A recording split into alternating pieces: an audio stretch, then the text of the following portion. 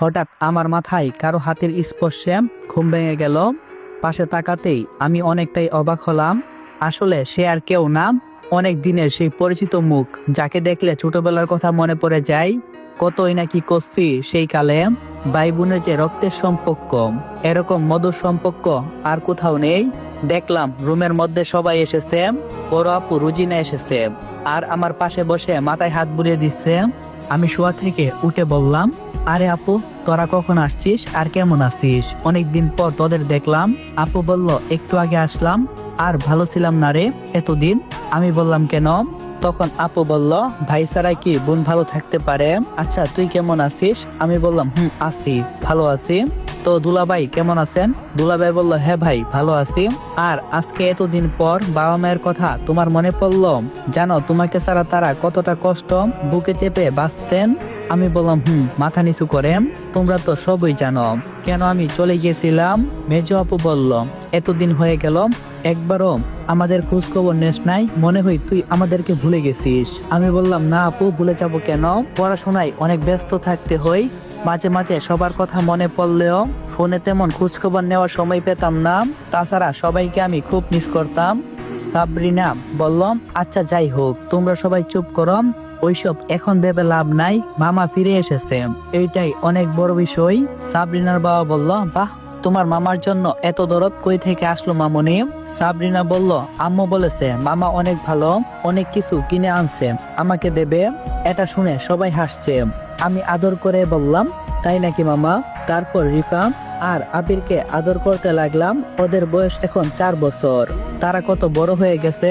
তাদের জন্য অনেক কিছু খেলনা জামা কাপড় কিনে এনেছি, তাদেরকে দিয়েছি, তারা এখন অনেক খুশি। হঠাৎ মেজো আপু বলে ওঠে, আমরা এবার স্বামীকে বিয়ে না করিয়ে চাচ্ছি না। আর সবাই কি বলো? দুলাভাই বলল, হ্যাঁ, তুমি একদম ভুল বলনি, খুব তাড়াতাড়ি বিয়ের ব্যবস্থা করতে হবে। আমি বললাম, তোমরা এসব কি শুরু করলে? এখনো তো আমার বিয়ের বয়স হয়নি, তার উপর আবার আমি এখন ভালো একটা জব করি না। বড় আপু বলল, তো কি হয়েছে? বাবা মায়ের দিকে একবার ভালো করে দেখছিস?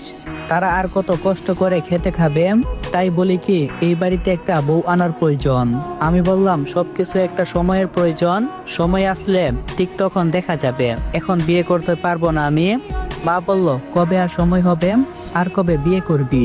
তুই তো আমাদের কোনো কথা শুনলি না।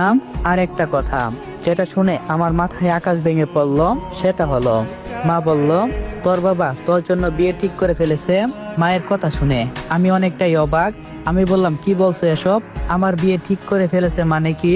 আর 1 মাস পর আমার ফাইনাল পরীক্ষা, আর তোমরা এসব কি শুরু করলে? মা বলল, এত মানে বলতে পারবো না, তোর বাবা ভালো করেই জানে। আর হ্যাঁ, কাল তোর চাচার বাসায় যেতে হবে, রেডি থাকিস। এই বলে মা রুম থেকে চলে গেল। সাথে সাথে সবাই চলে গেল। মায়ের কথাই বুঝলাম এসব করার মানে কি, বাবাকে যেভাবে হোক বুঝাতে হবে, এই বিয়েটা বন্ধ করতে হবে। কিন্তু কিভাবে বলবো? বাবা তো আর কম চালাক নয়, কি করা যায় এখন? তারপর রাতের খাবার খেয়ে বাবার রুমে গেলাম। আমি বললাম, বাবা আসতে পারি? বাবা বলল, আরে স্বামী যে, আয় আয় ভিতরে আয়, আর এখানে বস। আমি বললাম, আচ্ছা, কথাটা কিভাবে শুরু করি সেটাই বুঝে উঠতে পারছিলাম না। বাবা বলল, কিরে, কোনো কিছু না বলে চুপ করে আসিস কেন? কিছু কি বলবি? আমি বললাম, না মানে বাবা, বলছিলাম কি, আমি এ বিয়ে করতে পারবো না, তুমি নাকি আমার বিয়ে ঠিক করে রেখেছো, তাই এখন আমি বিয়ে করতে পারবো না। কথাটা শুনে দেখলাম বাবার মনটা খারাপ হয়ে গেল, হয়তো বাবা আমার কাছে কথাটা আশা করিনি। বাবা বলল, তোর বিয়ের বয়স হতে চলছে, তাই আমি এটা পছন্দ করেছিলাম, তাহলে কবে বিয়ে করবি শুনি? আমি বললাম, না মানে বাবা, আমি পড়াশোনা শেষ করি, তারপর না হয় দেখা যাবে। বাবা বলল, বিয়ের পর তুই পড়ালেখা করতে পারবি, আর আমি আমার বন্ধুকে কথা দিয়ে ফেলেছি, তুই এখন বিয়ে করছিস মানে এটা ফাইনাল। আমি বললাম, কিন্তু বাবা? বাবা বলল, কোনো কিন্তু না, এটাই আমার শেষ কথা, আর কি করার, বাবার উপর দিয়ে কথা বলার সাহস আমার নেই, তাহলে বাবার বন্ধুর মেয়ের সাথে আমার বিয়ে? কোনো কিছু না বলে রুম থেকে চলে যেতেই বাবা বলল, স্বামী। আমি বললাম, জি বাবা। বাবা বলল, কালকে সকালে তোর চাচার ওইখানে যেতে হবে, রেডি হয়ে নিস। আমি বললাম, কিন্তু বাবা, আমি কেন ওইখানে যাব? আমি বাড়ি ছেড়ে চলে গেছিলাম ওইটার জন্য, আর তোমরা সবকিছুই জানো। বাবা বলল, কোনো কিছুই হবে না, তুই নিশ্চিত থাক, কাল নীলার বিয়ে, তাই বাড়ির সবাইকে যেতে বলেছে আর তোকেও যেতে বলেছে। আমি বললাম ও বাবা, কিন্তু নীলা আপু তো আমাকে একদম সহ্য করতে পারে না, ও তো আমার উপর শুধু শুধু রাগ করে, অপমান করে। বাবা বলল, শোন, তুই যেমনটা ভাবছিস তেমনটা হবে না, তুই নিশ্চিত থাক, কালকে যাচ্ছিস, এটা ফাইনাল। আর হ্যাঁ, তোর চাচা আর চাচি তোকে দেখার জন্য অস্থির হয়ে আছে, তুই তো ভালো করেই জানিস তারা তোকে কতটা ভালোবাসে। আমি বললাম হ্যাঁ, কিন্তু বাবা। বাবা বলল, কোনো কিন্তু না, যা রুমে গিয়ে ঘুমিয়ে পড়। তারপর রুমে গিয়ে শুয়ে পড়লাম। পরের দিন সকালে ঘুম থেকে উঠে ফ্রেশ হয়ে উজু করে মসজিদে গিয়ে নামাজ পড়ে এসে মিষ্টি সকালটা উপভোগ করলাম। তারপর বাসায় এসে দেখি সবাই যাওয়ার জন্য রেডি হচ্ছে। আমাকে দেখে মা বলল, কি হলো স্বামী, বাইরে কোথায় গেছিলি? যা গিয়ে ফ্রেশ হয়ে নে আর খাবার খেয়ে নে। আমি বললাম আচ্ছা। তারপর খেয়ে দিয়ে রেডি হয়ে নিলাম, কিন্তু মন কিছুতেই মানছে না, তবু যেতে হবে, না গেলে তো আর কোনো উপায় নেই আমার। অনেক দিন দেখি নাই, জানি না তারা কেমন আছে। তারপর সবাই রওনা হলাম বিয়ে বাড়ির উদ্দেশ্যে, চাচার বাড়ির উদ্দেশ্যে। চাচার বাসায় যাওয়ার পর যা ঘটল তা আমার মাথায় যেন আকাশ ভেঙে পড়ল। এ সময়ে আমার জীবনের এক কালো অধ্যায় যেন নেমে আসবে। আমি কখনো ভাবতে পারিনি, কল্পনা করতে পারিনি এক নিমিষে সবার স্বপ্ন, আশা আকাঙ্ক্ষা নষ্ট হয়ে যাবে, কল্পনা করিনি কেউ। সবকিছুর ভার আমার কাঁধে এসে পড়ল, যা আমি সহ্য করার মতো এবিলিটি রাখছি না। নিয়তির এ কেমন খেলাম, এ কেমন বিচার, যেটা চাই নাই কখনো সেটাই ঘটে চলছে বারবার আমার সাথে। কাউকে কোনো কিছু বলতে পারিনি, শুধু এক পলকে বাবার দিকে তাকিয়েছিলাম কারণ। তারপর সবাই রওনা দিলাম বিয়ে বাড়ির উদ্দেশ্যে। সেখানে পৌঁছে যাওয়ার পর দেখলাম অনেক সুন্দর করে বাড়িটা সাজিয়েছে, অনেক আত্মীয় স্বজন এসেছেন। আমরা বাড়ির ভিতরে যাওয়ার পর চাচা চাচির সাথে দেখা। চাচিমা বলল, আরে তোমরা সবাই কেমন আছো? সবাই বলল, হ্যাঁ আমরা সবাই ভালো আছি, তোমরা কেমন আছো? চাচি বলল, হ্যাঁ ভালো আছি। কিন্তু বলে এদিক ওদিক যখন খুঁজছিল, মা বলল, কিন্তু কেন, কাকে খুঁজছো? চাচি বলল, তোমার ছেলেকে তো দেখছি না, আমি তো পাশেই দাঁড়িয়ে আছি, মুস্কি হাসছি যে আমাকে কেউ চিনতে পারছে না, পারবে কি করে, অনেক বছর তো ওদের কাছ থেকে দূরে ছিলাম। তারপর মা বলল আমাকে দেখিয়ে, এই যে দেখো, ভালো করে দেখো, চিনতে পারো কিনা ওকে। প্রথমে চিনতে পারছিল না, তারপর আমি বললাম, চাচিমা কেমন আছেন? চাচি আমার কণ্ঠ শুনে ঠিকই বুঝতে পারে। চাচিমা বলল, আরে স্বামী, কত বড় হয়ে গেছিস, তোকে তো আমি চিনতেই পারছি না, তুই আমাদের এতদিন এভাবে রেখে কেমনে থাকতে পারলি? আমরা কি তোর কেউ না? একবারও খোঁজখবর নিলি না যে আমরা কেমন আছি, কি অবস্থায় আছি? একবার হলেও তো খোঁজখবর নিতে পারতি। আমি বললাম, এই তো চাচিমা, আবারও তো তোমাদের কাছে আমি এসেছি।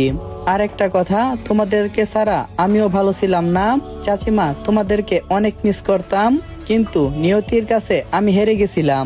আর এখন তো তোমাদের কাছে আমি ফিরে এসেছি, আর আবারও হয়তো চলে যেতে হবে। চাচিমা বলল, তোর আসতে এত বছর লেগে গেল?